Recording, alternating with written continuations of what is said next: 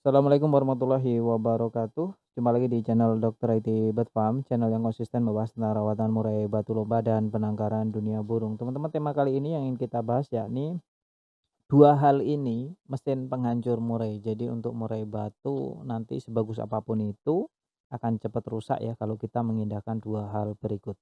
Sebelum kita masuk ke topik pembahasan tentang hal-hal yang merusak murai batu secara instan, kita masuk ke intro terlebih dahulu. Cekidot.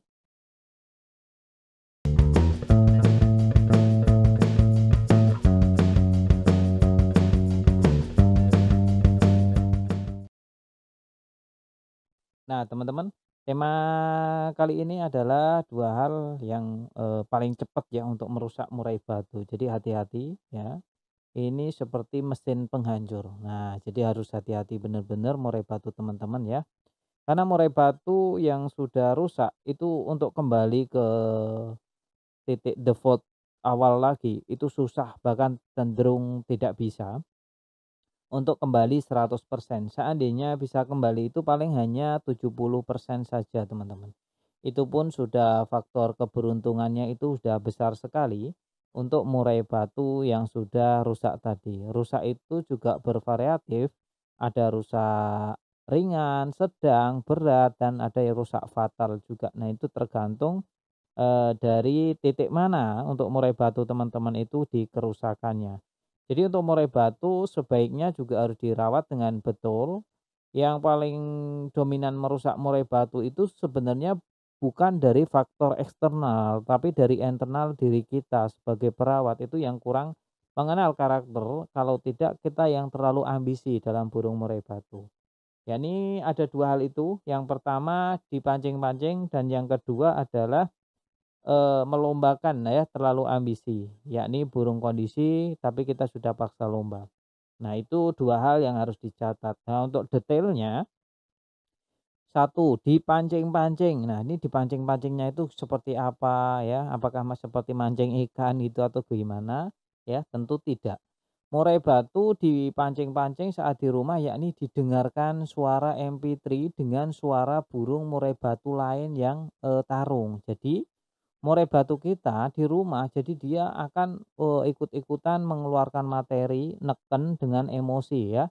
Bunyinya bunyi neken dan emosi. Ini sangat berbahaya sekali untuk murai batu kita. Jadi perlu dicatat ya. Biasanya ini dilakukan oleh mereka yang, baru memulai untuk melihara murai batu dan biasanya juga mengindahkan. "Ah, apaan ah, masa murai batu bunyi nggak boleh, bukannya bunyi semakin bagus." Itu kata hati mereka ya kalau mendengar konten-konten tentang edukasi sharing seperti ini. Karena konsep saya seperti ini teman-teman. Lebih baik murai batu teman-teman dijaga baik-baik, jangan sampai menyesal intinya itu, ya. Tentu para senior yang mau sharing seperti ini dia pernah berpengalaman yang kurang baik, mungkin karena satu, penasaran apakah benar untuk pancing-pancingan itu merusak murai batu lantas mencobanya.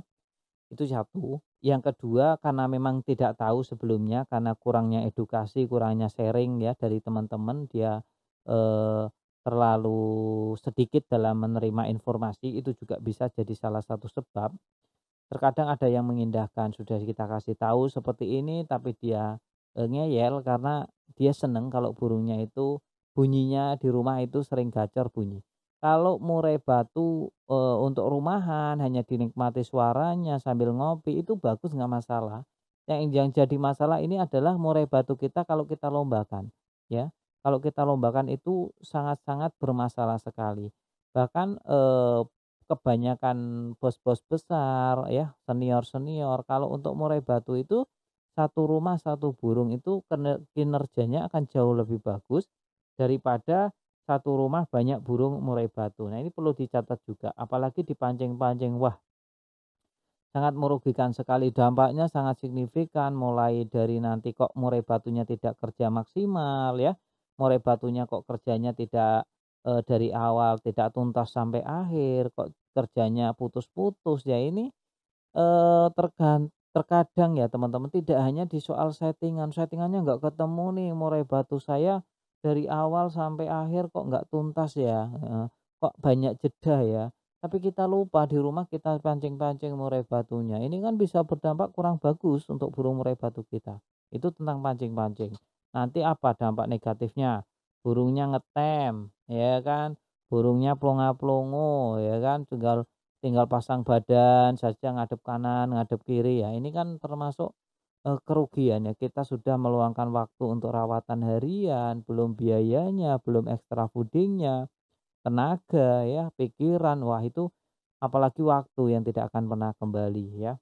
Terkadang kita malah mementingkan burung daripada anak. Nah, itu yang salah kaprah.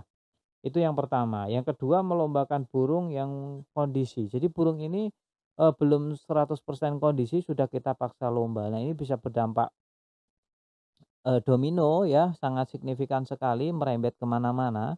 Jadi untuk teman-teman perlu dipahami, pastikan burungnya dalam keadaan on fire.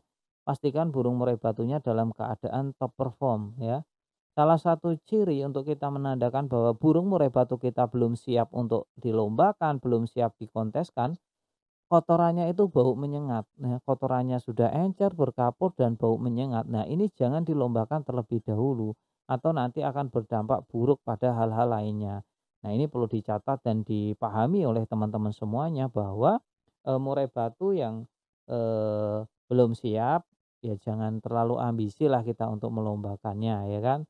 Apalagi itu burung bagus dan burung satu-satunya.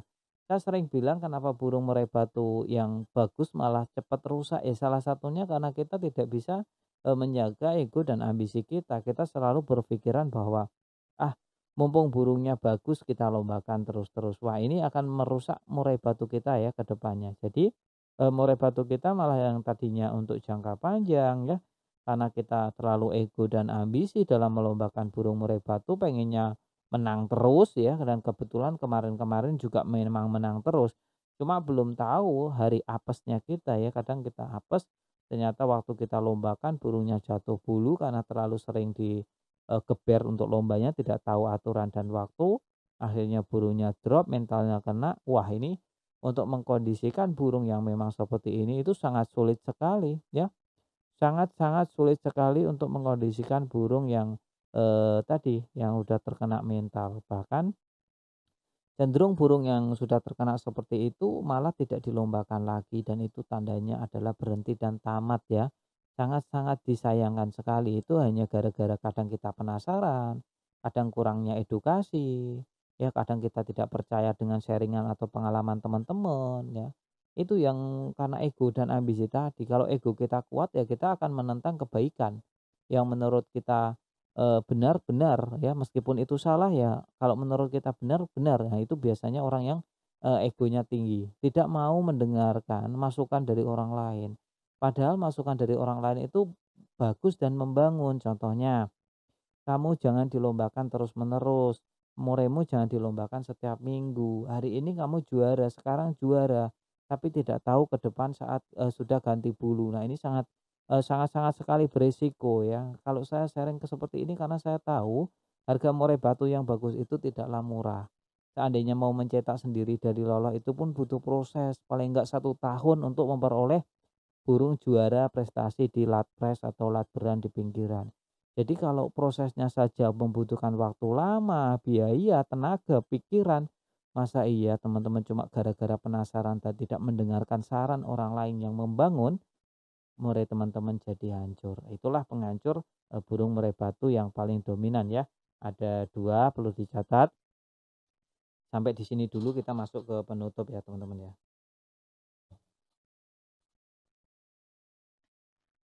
Perlu dicatat teman-teman sebelum kita mengakhiri video ini, bahwa video ini sebenarnya ditujukan untuk mereka agar lebih waspada untuk menjaga murai batunya. Tapi kembali lagi ke teman-teman semuanya, mau dijalankan silakan, enggak juga enggak apa-apa. Yang jelas saya cuma berpesan murai batunya dijaga baik-baik, jangan sampai rusak ya. Dan perlu dicatat juga setiap murai memang memiliki karakter yang berbeda-beda. Jadi setiap perawatan tidak perlu diperdebatkan antara satu dengan yang lainnya. Kalau cocok dijalankan, nggak cocok ditinggalkan. Jangan cuma sekedar membaca judul saja ya. Pahami isinya, tonton dari awal sampai detik ini. Bagi teman-teman yang menonton sampai detik akhir ini, Saya kira tidak akan ada perdebatan lagi di kolom komentar. Salam sehat.